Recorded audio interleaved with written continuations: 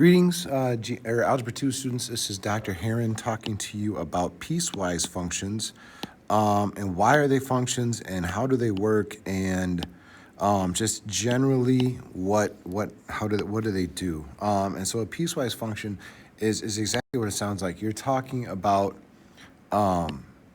basically breaking it up and looking at two or three different parts of the graph.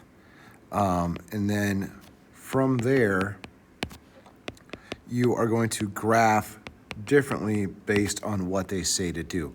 Okay, so basically you're going to break up a function into pieces and you're going to have one function for one part of the graph and a different function for a different part of the graph. So what's going to come into play is your inequality. So please remember open circle, closed circle. Basically, if there is a equal to, then you are going to have a closed circle. So if I look, this is just kind of a quick example. So f of x, my function is 2x plus 1 if x is less than 0, 2x minus 1 if x is greater than 0.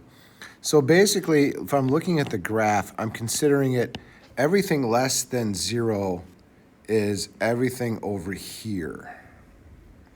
Okay, and everything greater than or equal to 0 is going to be everything over here, all right? So it's based on x. So x less than 0 means this way. X greater than or equal to 0 is going to be that way. So for x equals 0, so I need a couple numbers where x is less than 0. So I'm going to go like -3, -2, -1. And what happens when I get that? So -3, so that's -3 times 2 plus 1, so that's going to be -5. -2 is going to be -3 when I put that in. And the -1 is going to be -1 when I put that in. So at -3, I'm down here at -5. At -2, I'm down here at -3. At -1, I'm at -1. So as I approach 0, and I keep going right up until I get to 0. That's the first part of the piecewise function. The second part then becomes, once I get to 0, what happens? Well, then I get to 2x minus 1. So at 0, I'm at -1. At 1, I'm at 1. Okay, if I just substitute that in there. 2, I'm at 3. So when I get to 0, I start here at -1, closed circle. Then I go to 1, 1, and I go to 2, 3, and it's going to look kind of like that. So that's my piecewise function, okay? So from 0 left, I have this function. That's right here. From 0 right, I have this function right there.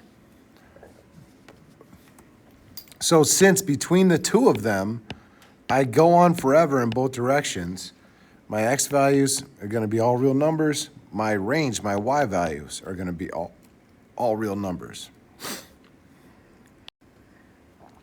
So similar idea, although now my kind of turning point becomes where x equals 1, so kind of this line right here. All right, so the left side of this highlighted line is going to be one function. The right-hand side is going to be a different function. So if you look, x plus 1 for less than 1. So if I go a couple numbers less than 1, so if I go -3, -2, -1, 0, so that's going to be -3 plus 1, so it'd be -2, -1, 0, and 1. So if I graph those, it's going to go like this, okay? And I go right up to where 1 is, and I put an open circle, okay? That's what that means. So then once I jump over to that side, I kind of use my other function, and I start from beginning, and I go that way. So 2x plus 4, so -1 is going to be 2, -2 is going to be 0, and 3 is going to be -2. So at 1, 2, this second graph actually covers where the open one from the other graph is. So this one kind of starts with an open circle. Then I go down sharply.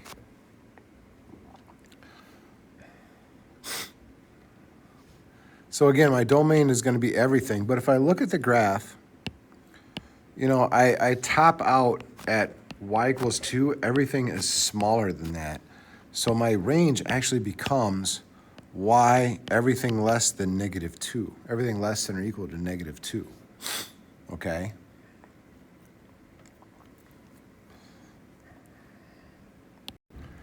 So for this one, this one gets broken up into 3 different categories.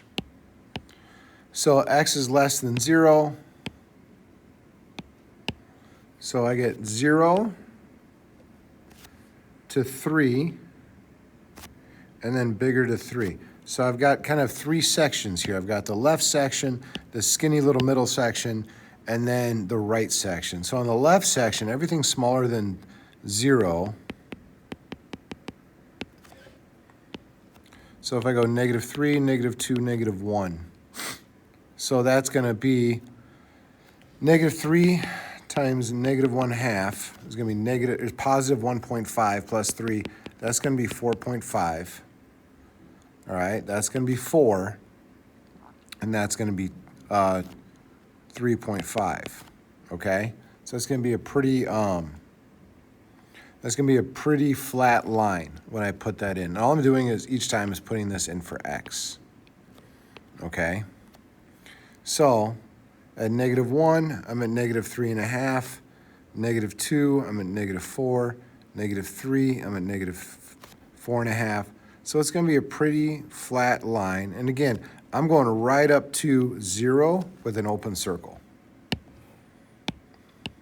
So then from 0 to 3, the only answer I get is 1. So it's going to look like this. I put a full circle at 1, go across, and put a full circle there, because that's where 3 is. Actually, hold on. That should be an open circle. Because this is where 3 is, and this is where 0 is. So there's my limitations there. So then once I get bigger than 3, it's going to be -x minus 1. So if I go 4, 5, 6, or even I'll start with 3 because the graph starts at 3. So that's going to be -4, -5, -6. So at 3, I'm going to be down here at -4, -5, -6, like that. So my domain keeps going left and right forever. You can't see that. But my range is limited, okay? My range is limited. So my range is going to be a couple different things. First off, my range is going to be y is greater than 3. That takes care of this graph right here, all right? Or y is going to equal 1, or y is going to be less than or equal to -4, okay? So what that does is that accounts for all 3 parts of the graph, okay? Because everything down here is going to be -4. This is going to be exactly 1. This is going to be bigger than 3.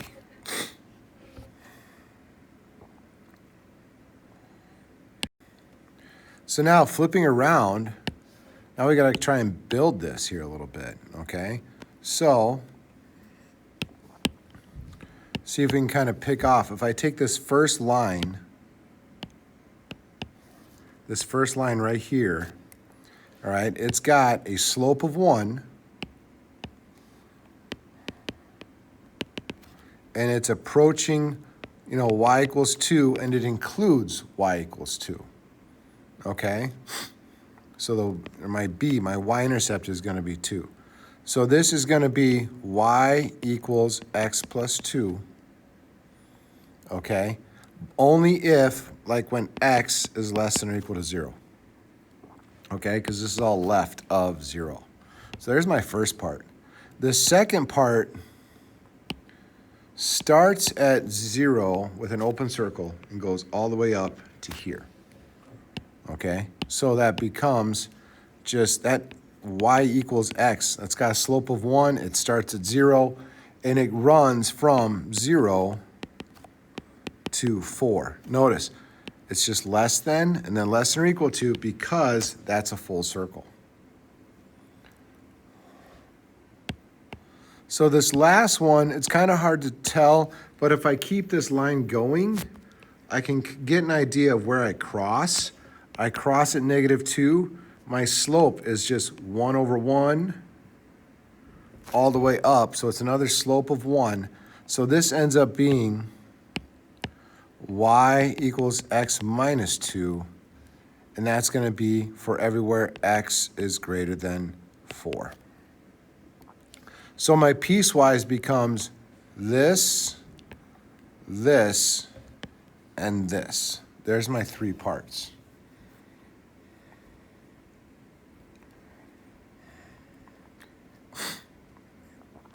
So again, if I look backwards here, y-intercept crosses at 1. Slope of 1, y-intercept of 1. Down here, slope of 1, y-intercept of -1. So this first part becomes y equals x plus 1, okay, when x is less than 1.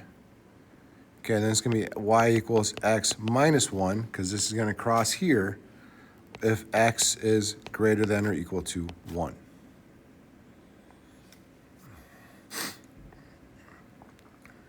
Now, to that last part. So you need to look. Here's the piecewise function. Here's my value. I got to figure out which value indicates which function I use. So less than 0 tells me I'm going to do x squared minus 1. So -3 squared minus 1, or 9 minus 1, should give me 8. F of 2 tells me I'm going to take 4x plus 1, or 4 times 2 plus 1. That should get me 9. 0 tells me I should take 4x plus 1 again. So 4 times 0 plus 1 is 1. All right, last couple here. So if x is less than 0, I do this first part. If it's between 0 and 3, I do that. If it's greater than or equal to 3, I do that. So -6, I do 2/3 -6 plus 4. So that becomes -4 plus 4, so 0. F of 0, I take this middle one, automatically 3. At 3, I do this bottom one, so I'm going to go -3 plus 1, which is -2.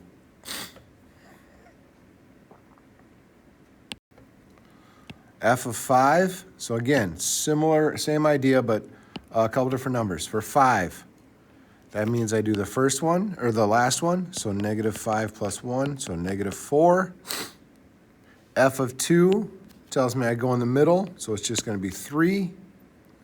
F of 10 tells me I go back here, so -10 plus 1 and -9. Okay, that ends Unit 2. So if you have questions, please come and talk to me. There will be a quiz and a DOK coming your way very soon.